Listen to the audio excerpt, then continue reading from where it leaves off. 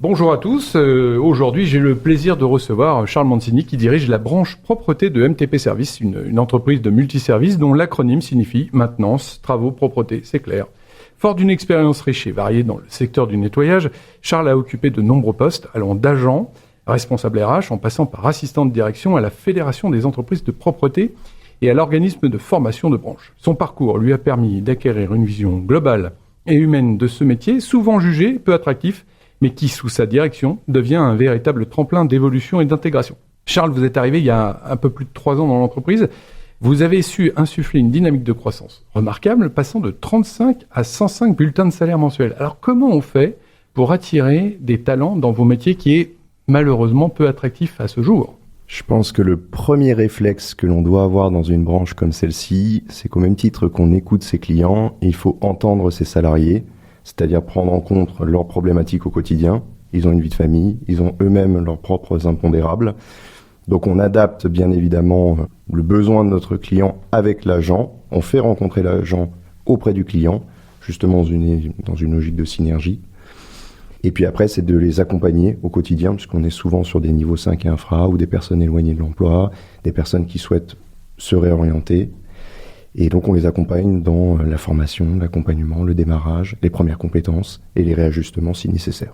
Ça a un impact, cette démarche, sur le turnover, par rapport à la branche d'activité ? Est-ce que vous voyez qu'il y a moins de turnover du fait de cet accompagnement ? Complètement. On l'a littéralement divisé par 2 en 3 ans. Et c'est quoi votre marque de fabrique managériale ? C'est quoi votre signature managériale à vous ? Nous sommes dans une approche bienveillante. Alors, c'est souvent un mot qui est employé un peu par Monts et par Vaux, mais nous, ce qui est important pour nous, c'est que nos agents de propreté sont nos principaux ambassadeurs auprès de nos clients.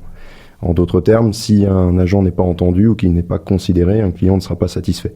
Et d'ailleurs, on le voit parce que sur la plupart des clients que nous avons aujourd'hui, pour les plus anciens, aujourd'hui, quand on se voit en contrôle, pour vérifier que le périmètre des prestations soit respecté, j'ai pour coutume de leur dire, ne me demandez pas si le travail il est fait, demandez-moi si l'agent il est sympa.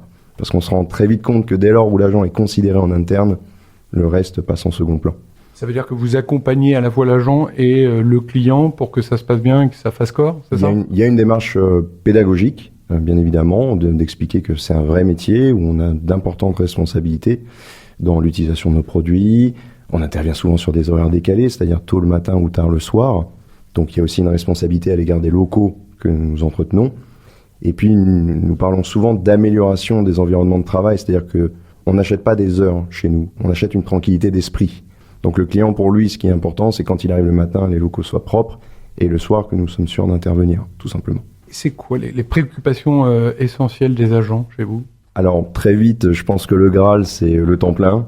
Ça, c'est une certitude, parce que c'est vrai qu'on est souvent sur des contrats précaires. La moyenne, en règle générale, c'est 20 heures par semaine, pour donner un peu la tendance. D'être au plus proche de son domicile aussi, d'éviter les trop nombreux déplacements, puisque si je prends la ville de Montpellier, où nous sommes situés, les transports sont certes gratuits, mais il y a des communes, comme par exemple Moguio, où c'est plus compliqué d'intervenir très tôt le matin ou tard le soir.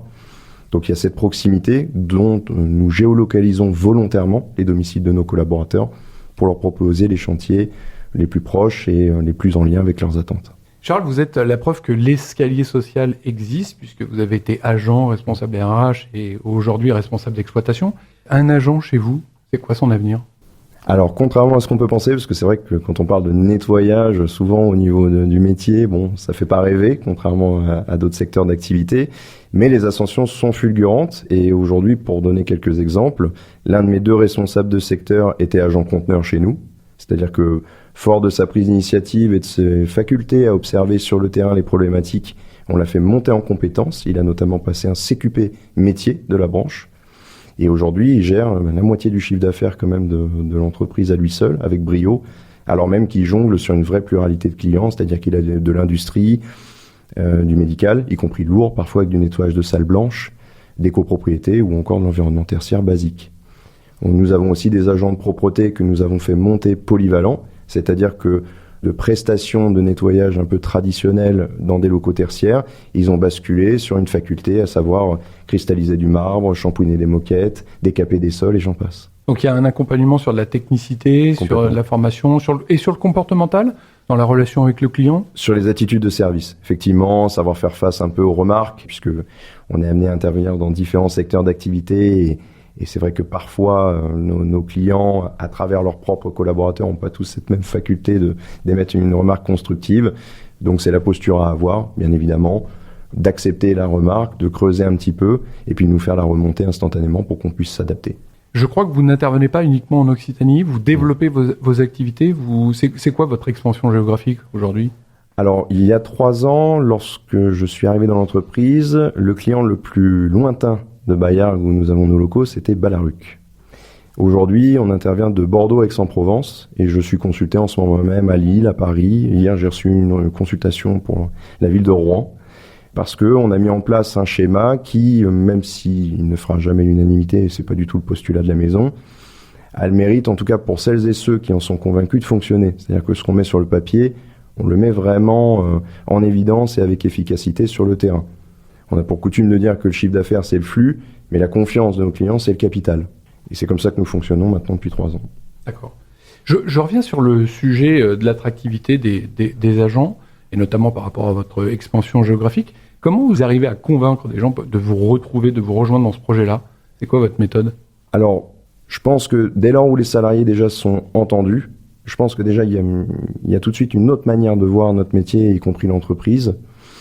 L'autre aspect aussi, c'est de savoir fédérer les équipes, parce que au-delà de la considération qui est déjà importante, s'il n'y a pas un message clair, une vision d'entreprise, je pense qu'aujourd'hui, les collaborateurs vont très vite chez la concurrence, parce que si on est finalement une énième entreprise de propreté, quelle est la proposition de valeur, ou en tout cas l'élément qui va être différenciant. Donc nous, ce qui est important pour nous, c'est que les agents, même si aujourd'hui on n'a pas nécessairement la taille qui fait qu'on a un CE ou ce genre de choses, on les accompagne dans leur démarche administrative, on les aide à trouver un logement. Quand ils ont, pour certains d'entre eux, cette nécessité de renouveler leurs papiers, on les accompagne aussi dans leur démarche préfecture. Donc on est vraiment là de A à Z, on n'est pas juste là pour leur transmettre un bulletin de paye dématérialisé. Ça, c'est le fruit de votre expérience et d'avoir vu tout cet environnement qui fait que vous avez compris que c'était la méthode pour attirer. C'est pas du cynisme, c'est aussi de l'humanisme concret. J'ai toujours été frustré de voir que dans ce métier, qui est pourtant un métier de service et de proximité, la plupart du temps, nous avions très peu de contact avec nos agents de propreté. C'est-à-dire qu'aujourd'hui, un agent de propreté qui œuvre pour nous, dans la mesure où il intervient sur des horaires décalés, finalement, mis à part quand on fait un contrôle peut-être sur le terrain, ou si on vient de manière inopinée au moment où il travaille pour lui faire le réassort des produits, des consommables et veiller à la vétusté de son matériel, on avait très peu d'interactions, sauf pour ceux qui sont peut-être très proches du siège social et qui venaient spontanément prendre un café et discuter avec nous. Nous, on a voulu faire l'inverse, c'est-à-dire que ce que j'ai pour coutume de dire à mes équipes administratives, ce ne sont pas les agents de propreté qui travaillent pour nous, c'est vous qui travaillez pour eux. Et donc, on a vraiment mis en place un système où on est très à l'écoute, on échange régulièrement. Moi-même, j'ai des agents de propreté tous les jours au téléphone, parce que on veut garder à la fois cette réalité terrain et aussi parce que tout au long de la vie, ils vont connaître un certain nombre de changements qui vont être imputés leur propre mission. Dès lors où ils vont commencer à avoir des enfants, être en couple, on a des agents qui ont déménagé dans une autre région et finalement, on les a repris dans la ville où ils ont déménagé parce qu'on a réussi à obtenir des chantiers. Et cette confiance-là, elle se bâtit dans le temps. C'est quoi les qualités nécessaires pour être un bon responsable d'exploitation, en règle générale, dans ce secteur d'activité ? Alors, je pense que déjà, il y a une faculté d'observation qui est indispensable parce que quand vous englobez, je dirais, les engagements et les problématiques du client, de celles de l'agent et puis de celles de l'entreprise qui l'emploie, c'est vrai que ça nécessite de savoir prendre du recul sur la situation, pas réagir à chaud. Bien sûr, il y a des connaissances métiers qui sont indispensables parce que si on n'a pas la légitimité dans le discours que l'on porte, je pense qu'on a difficilement la capacité de manager ces équipes sur le terrain. Et après, c'est être aussi force de proposition. C'est-à-dire que, moi je dis souvent à mes responsables de secteur, vous n'exercez pas une fonction chez nous. Vous n'êtes pas des logiciels, vous exercez une mission. C'est-à-dire que je vous donne un cap, il y a un but à atteindre, et à partir de là, vous avez une autonomie pour le réaliser. Alors bien sûr, il y a quand même des contrôles, on ne les laisse pas dans la nature, mais je veux favoriser au maximum la prise d'autonomie, parce que je ne crois pas au dogme d'essayer d'impliquer un cadre et de surveiller au jour le jour. Je ne pense pas que ce soit une technique qui fonctionne. C'est ça qu'on a acheté chez vous quand on vous a recruté chez MTP, ou on s'est dit c'est le courant, c'est l'homme, c'est ses convictions, c'est son histoire ? Alors c'est assez amusant parce que il faut savoir qu'aujourd'hui la plupart de mes confrères sont des anciens clients, puisque comme j'étais à l'organisme de formation de la branche, je leur vendais des formations techniques et transversales. Et typiquement, dans le cadre de MTP Service, je les ai connus à la genèse du projet, c'est-à-dire quand ils étaient très peu nombreux pour le coup. Et je leur ai même proposé des profils en alternance pour les accompagner sur les fonctions un peu œuvrantes, enfin les missions en l'occurrence. Et c'est eux qui m'ont rappelé spontanément, quelques temps plus tard, en disant voilà, on a un projet, on veut vraiment cloisonner chaque activité pour aller plus loin. Ton expertise serait intéressante, est-ce que tu veux nous rejoindre? Ce qui est assez cocasse, c'est que ce message, je l'ai reçu sur Messenger. Donc bon, j'ai bien réfléchi et finalement j'ai adhéré au projet. Alors au départ, je suis arrivé que sur des missions commerciales. Et puis très vite, l'opportunité m'a été donnée de reprendre la gestion du pôle dans sa globalité. La seule condition sine qua non que j'avais demandé, c'était par contre de pouvoir faire selon ma vision des choses, ce qui a été accepté. On a un petit rituel chez Radio Clapacé dans la chronique Good Morning Travail, c'est qu'on pose des questions un peu pas compliquées, mais où ça nécessite de la spontanéité. Qu'est-ce qui vous donne encore envie de vous lever le matin pour votre entreprise? Attention, vous êtes écouté. Moi, je pense qu'il y a deux choses. La première, c'est déjà ma famille, qui est très inspirante, ma femme, ma fille, bientôt mon second enfant. Et à titre professionnel, c'est cette passion que j'ai aussi bien de la vente que du métier. Moi, je considère que tous les métiers devraient être réalisés par passion. S'ils le sont pas, ça fonctionne pas. C'est quoi la compétence totalement inutile en apparence qui vous aide pourtant dans votre quotidien de responsable d'exploitation? La représentation, je pense. C'est-à-dire qu'en fait, c'est assez amusant. Il y a des clients qui m'en ont fait la remarque. Le simple fait de venir spontanément sur site, même de manière inopinée, ce qui peut potentiellement servir à rien, parce que mon propre interlocuteur, qui est l'acheteur, et avec qui je peux avoir des interactions, dans la mesure où le rendez-vous n'a pas été planifié, en fait, c'est très spontané en termes d'échange. Mais le fait de voir que l'on vient régulièrement, ils sont chouchoutés. Et il y a des clients qui m'en ont fait la remarque, qui m'ont dit, c'est vrai que c'est assez amusant de voir par rapport à la concurrence, cette technique que vous avez de venir régulièrement.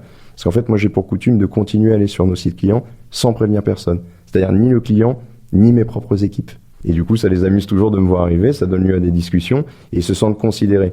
Parce que je viens pas juste vendre un dossier, je tiens à être là même après. Et c'est assez drôle, parce que d'ailleurs, quand il y a des renégociations de contrats, les fameux renews où il faut qu'on discute autour d'une table, si je suis pas là, cette réunion n'a même pas lieu d'être. Quel livre, film ou rencontre dans votre vie professionnelle a changé votre manière d'aborder votre quotidien? C'est une bonne question. C'est la seule. C'est une bonne question. Alors, la rencontre, je pense qu'elle est assez évidente. C'est ma première expérience professionnelle en tant que commercial. Parce que ce qui est assez amusant, c'est que même si j'ai fait des études commerciales, mon premier poste était plus RH. Et je m'en souviendrai toujours, à l'entretien d'embauche, j'avais l'impression d'avoir dit une bêtise. On m'a posé cette question, on m'a dit « Qu'est-ce qui fait un bon commercial ?» Et spontanément, sans même réfléchir, j'ai répondu « C'est pas celui qui vend le plus. » Alors là, j'ai vu des sourcils se froncer. J'ai dit « C'est celui qui donne envie de revenir. » Et c'est pour ça que j'ai été embauché. Donc ça, forcément, ça me fait amuser. C'est toujours amusant, pardon. Un film, il y en aurait tellement, ce serait compliqué. Il y a un film pour lequel je garde un souvenir plutôt familial, mais je pense que tu seras d'accord avec moi, c'est Les Tontons Flingueurs. J'ai toujours aimé cette spontanéité et puis le regroupement d'acteurs. Après, sur les livres, moi je suis assez fan de livres sur la vente et sur le développement personnel, donc il y aurait énormément à citer, je pense. S'il y en avait qu'un là, aujourd'hui, ça serait lequel? Je pense que si quelqu'un veut s'initier, celui qui me semble être un peu la nécessité, l'étape, je dirais les 4 accords Toltec. Je pense que de but en blanc, c'est vraiment celui qui me vient à l'esprit. Après, il y en a beaucoup d'autres, y compris des récents, mais je pense que c'est celui qui donne une première base intéressante. Merci Charles pour votre participation aujourd'hui. On rappelle responsable d'exploitation chez MTP Services qui est à Bayargues.